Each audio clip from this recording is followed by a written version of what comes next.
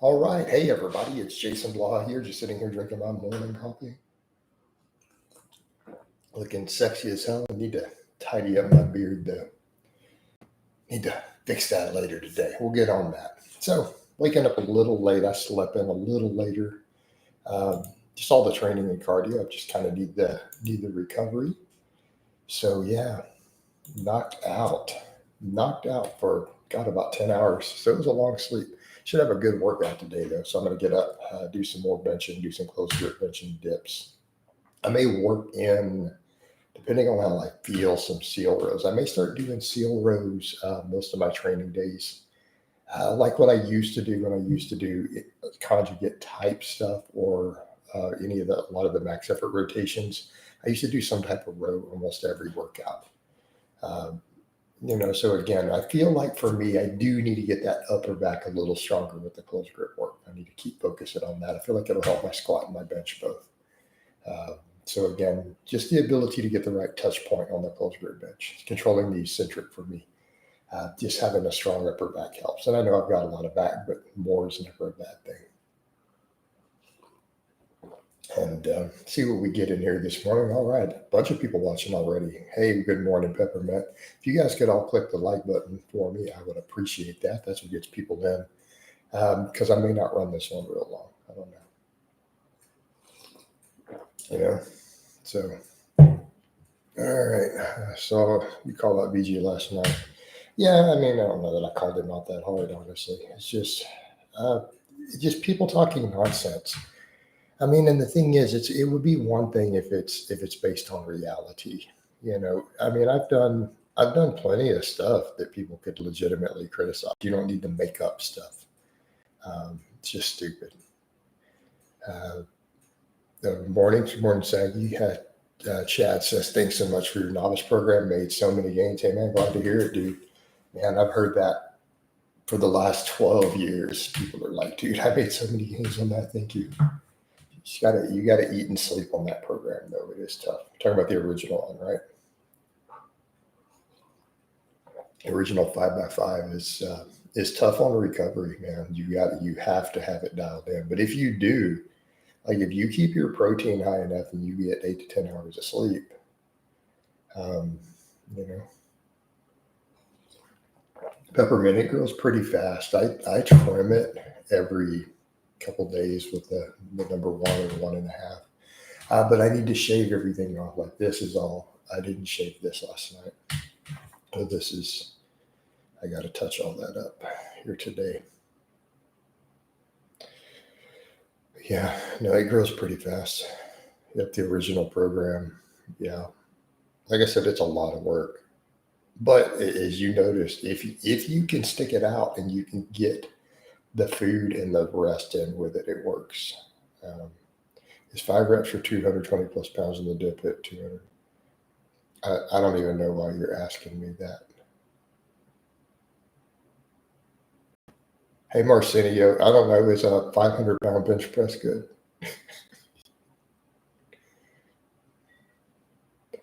Like, it's funny. I mean, I get it when you guys ask really dumb numbers. Is it okay that I'm benching 185? But when you guys throw up absolutely elite stuff, um, you know, there's no way. Marcinio, if you're dipping that sort of weight, there's no way you can't do 15 reps or 315 on the bench. Like straight up, you should just be repping that out like an empty bar. So I need to see video of this dip,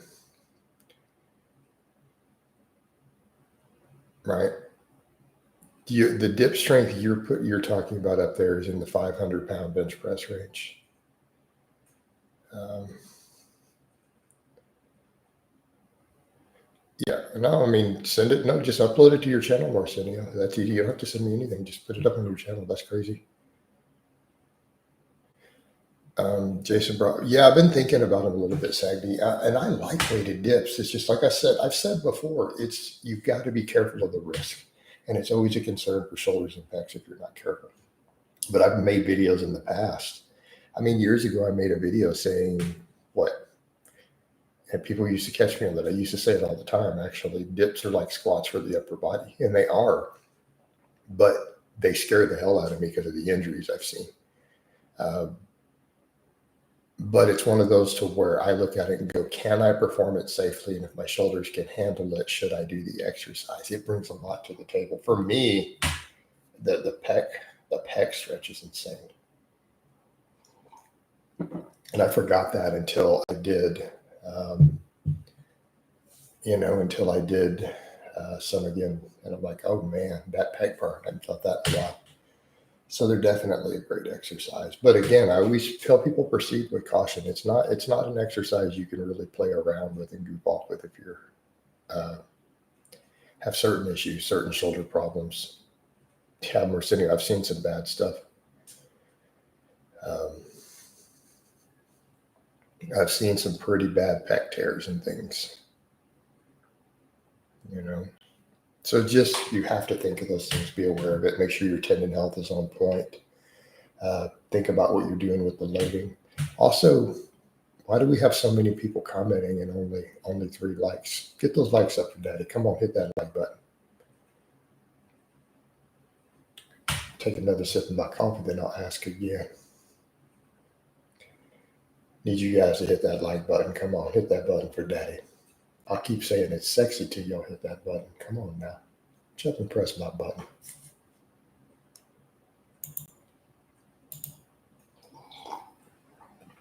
There we go. Thank you. Got another one at least. Also remember to follow me everywhere, guys. I have 3 coaching slots open. I also do tons of the video consultations. I pimp those into lives because I get lots of them out of the lives. A lot of these people that I hit in there and say, you need to just hit me for a consultation, a lot of them do. The dip is also an exercise that moves your body through space. The rest is proven. I mean, Sagney, I used to say that, but I don't know that they proved that does anything. Like, it's never really panned out that, Coach women must get super turned on you. They do like the voice, but, I don't think necessarily all of them. A lot of them. Women all have different tastes, man. They don't want the same thing. With tricep extensions with a stretch more like a squat with the upper body, it mainly works triceps like quads. Yeah, except the triceps are not the biggest muscle of the upper body, and quads are the biggest muscle of the lower body. So, no, I don't see the comparison. No, because the dip works a lot of muscles and it moves the body through space is why I'm comparing it. Jason, obviously I consider it. Well, hey, James. Here's my OnlyFans. If you would like to see the videos that I have on it, you would need to join. I only have 1 video on there so far. Keep in mind, I've only been doing it like 3 weeks. It takes time to build content up. Hello, Jason. Good morning. Also, click that like button, guys. Coach, your teachings have helped me to become a better man. Talking to girls, stop watching anime, lifting. Well, I hope you didn't stop lifting. But yeah, I mean, anime, video games, all this stuff, it is a waste of time. Quads biggest muscle, the legs, triceps biggest muscle. Chad, quads are the biggest muscle in the entire body. And you don't really want to compare arms and legs. It's not a valid comparison. Hey, Chatham, I know what you're trying to go with it, but you're reaching, and I'm gonna disagree with the actual original premise. You're not going to convince me that a tricep extension is a squat for the upper body. I don't care how hard you try. But it was a good effort. Is elbow flare a big deal in a rear press? Probably not. If I can't progress on bench, I might have to apply for coaching. I'm bad at it. Yep. No, I've never been addicted to weed. I mean, James, have you ever met anyone who's never smoked weed in their entire life? I mean, even President Bill Clinton tried it once, but he didn't inhale. Arms and legs are both limbs. They can be compared. Yeah, Chad, not really. No. Not from a training or an exercise context. They really can't. Again, I see where you're getting at, but it doesn't work. Like not in reality. But again, nice try. I mean, I appreciate the effort. Yeah. Yep.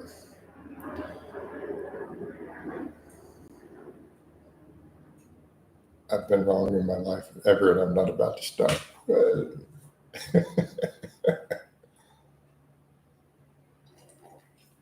Well, it's all good, man. It happens. It does happen. We're all wrong sometimes. Yeah. My problem I run into is wanting to fit too many exercises in. Like I'm going to do the bench today, and I'm sitting here going, man, could I work in some incline with the dips and the close grips? Like, man, I got to chill because I need to do the extensions and other stuff. You know? When I'm training it twice a week, I don't know how much room I have for excessive volume. And I want to make sure my shoulders are completely good before I throw incline back in much. They've been doing weird crackling sounds and everything. Let's see what happens. No, I'm not interested in the Discord, James. What do you mean a community, dude? I have a whole Facebook page where people I have a vibrant community on my Facebook.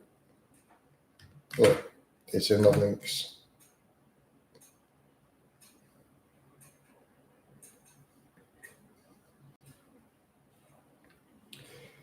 You know, but no, I'm not running a Discord. I'm not doing all that nonsense.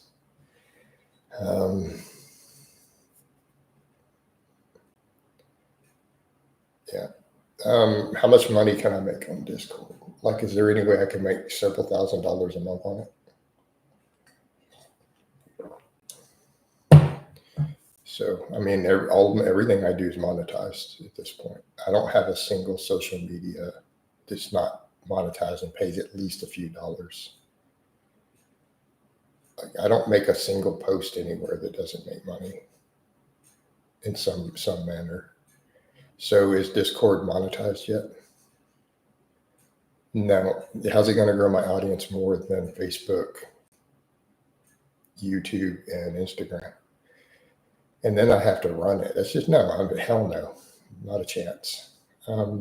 T-Carp, when you do higher volumes, no problem as well. I can tolerate for a few weeks and then my shoulders start. Exactly, T-Carp, because I could look at it right now and go, look, since I'm going to bench twice a week and I'm going to rotate movements to avoid overuse for the main stuff, do I really need more than a close grip, a dip, and a pull over for my chest? Though in one type of extension, we're done because I'm going to hit it again in 3 days. Like I said, rowing, I can work lots of the seal rows in because I used to do Pendlay rows every day. Like I used to do Pendlay rows 5 days a week with no issues. So I feel like a strict seal row would do me some good, especially with when I'm thinking in terms of the shoulder health and the upper back and the posterior delts and everything. I don't think it would be a bad thing for now. To do seal rows on a lot of the days, every day that I feel like doing them. But yeah, it's the same thing. So T-Carp, I've definitely concluded that my AC joint isn't super inflamed on both sides from the wide grip benching. So that's why I've gone back to close grip. I don't know how many weeks it's going to take it to sort out, but I've noticed since I've stopped all the wide grip benching, all the side delt work, now my shoulders are making all weird crackling sounds and I move. So I'm hoping it'll start freeing some of that up. Yeah. So I think it comes down to, here's the thing, guys. This is why I have to be careful of trying new things. How many years did I tell you guys closer grip benching is probably the way to go for long-term shoulder health? I said that for a decade, right? A decade. Like I was dogmatic about it. And then I stepped in and said, I'm going to agree Dr. J.M. Blakely is probably right. It makes sense, the physics. I just need to get good at wide grip benching because in theory, we will always have a bigger bench wide grip, just the laws of physics, blah, blah, blah. I do it for 2 years and I lose my ability to overhead press. I lose my ability to lift my arms above my head.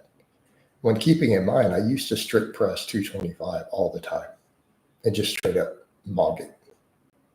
Full lockout. Now I can't lock a broomstick over my head. And my bench never really got stronger. So, because if you guys saw that comparison, my close grip with the 365 for a pause, completely flat black, flat footed, When you compare it to that pause 365 wide grip, it moved twice as fast. Even after 2 years of pushing the wider grip, I still never got stronger. And then it messed with my shoulders. So it's a case of, gee, coach was right for a decade, and let another coach convince him to do something different. Man, another reason why I'm starting to realize I cannot listen to other people. I have to just stop.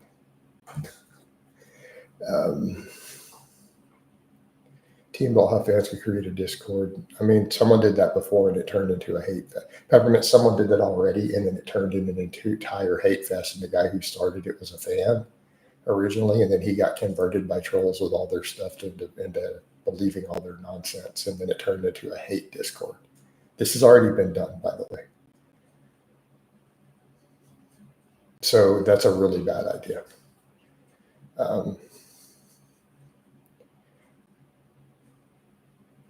Yeah, let's not do that again.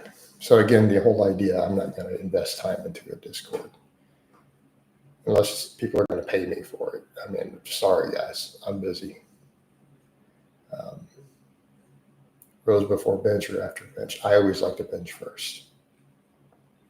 I'm fully aware there are coaches that prefer it the other way.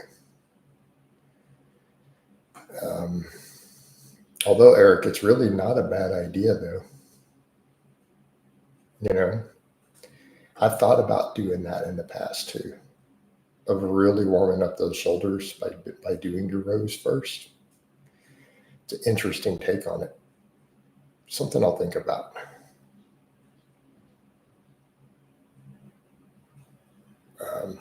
I know some coaches with big benches who do that too. They feel like it prepares them for better stabilization on the bench. So they literally do their rows every time before they bench. T-card, I get that way too. Only the left though. It's on both of mine. Yep. Yep. But yeah, I mean, the whole grit training thing is a perfect example of me holding a position for a really long period of time and then allowing someone else to influence me because they're strong and smart. And it having negative effects on me, over seriously negative effects to where people have called me out. Like, how much flack do I catch for that overhead inability to lock out or raise my arms fully up? I catch a ton of flack for that. And I can narrow it down to the wide grip benching for me. So again, people wonder why I'm so reluctant to listen to other people sometimes. Like, that's advice from someone who's benched 600 pounds and is intelligent. His PhD is not in anything exercise related, but he's a smart guy who's really strong. He would seem like a good source of information.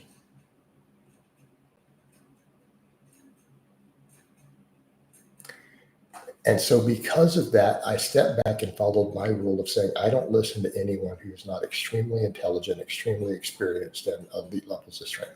I disregard everything they say for training, just completely ignore them. But then I take someone who does fit that criteria, and the advice and what he puts out ends up creating me problems. You can post right now, so apparently you're unbanned. Do I need to ban you? Is there a reason you need to be banned now? Adrian? Okay, cool. So that's the problem with listening to other people. When you've been doing it a long time, you know stuff, you work with people, you coach every day, you got decades of experience. You got to be careful about who you listen to. And I made that mistake. And it goes to show that, and then people get upset with me. They're like, you're so stubborn. Why don't you listen to other people? Because see what happens when I do?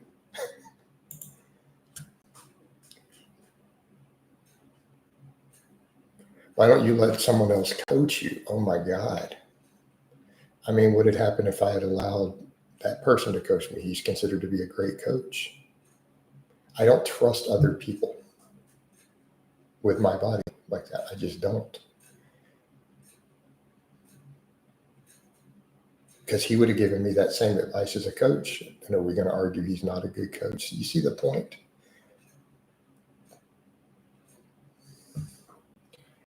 Most of coaching is about accountability anyways. And I have that. I have an audience who sees every workout.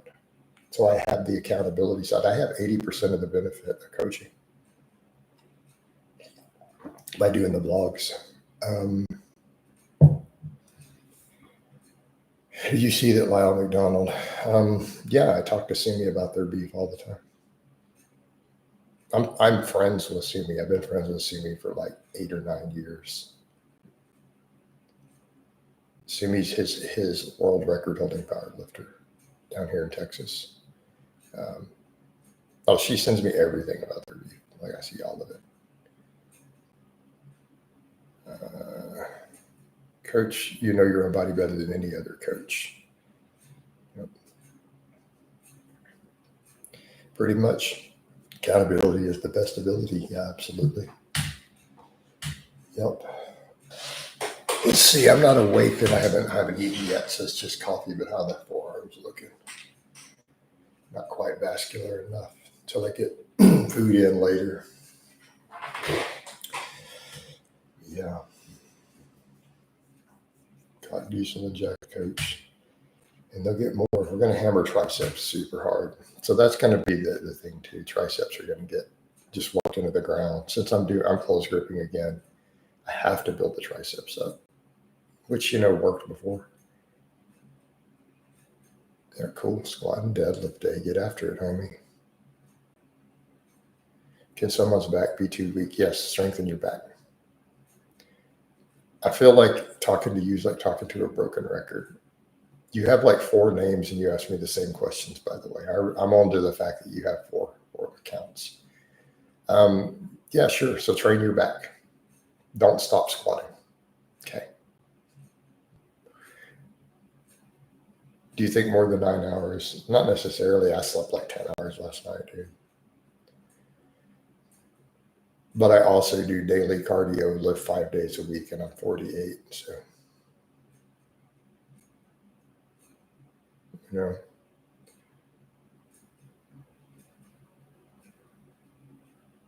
Hey, Sex Kitty, I've already told you I'm not answering any more of your questions, bro. You need to hit me up for consultation. Get all your workout footage together. Consultations are $100 an hour. I will look at your situation. You probably need coaching, to be honest. Keep in mind, I know that you have 4 different names and you ask me the same questions. So I'm not going to answer your training stuff anymore. No, I'm not doing all that. So if you're not going to, then you're not serious about your problems. If you were serious about all these things you keep bringing up, you would film your lifts.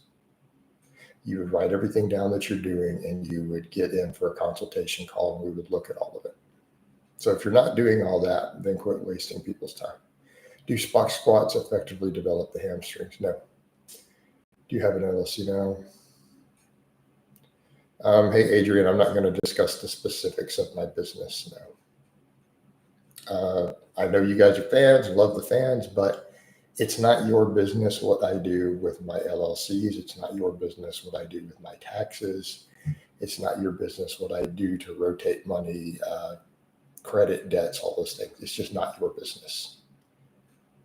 You're not privy to my financial world. No, I'm not releasing my tax returns either. I'll give you the same line Trump did. No, I'm not giving you my tax returns. Yes, people ask. Prove you're not on welfare. Show us your taxes. It's like, give me $100,000 and I'll show you my tax returns. That's my price. Actually, I'm kidding. I'll do it for 50 grand. But I need cash up front. Then I can use that 50 grand to pay taxes. So, all right. They're absolutely projecting. you know. But yeah, they're not privy to that. People don't need to know what I do with all my business. It's like, it's really weird that people do believe they have a right to that stuff. Like the people who think they have a right to see my penis, which they do, but I charge for that. Speaking of which, let me link my OnlyFans. It's not free. Coach, this is a bit stupid, but I realize that Texas is an anagram of tax. I suppose so. I suppose it is. All right, guys, I need to wind this down. I got to write a quick client sheet. Then I got to go do some bench pressing. So I will talk to you guys and gals next time.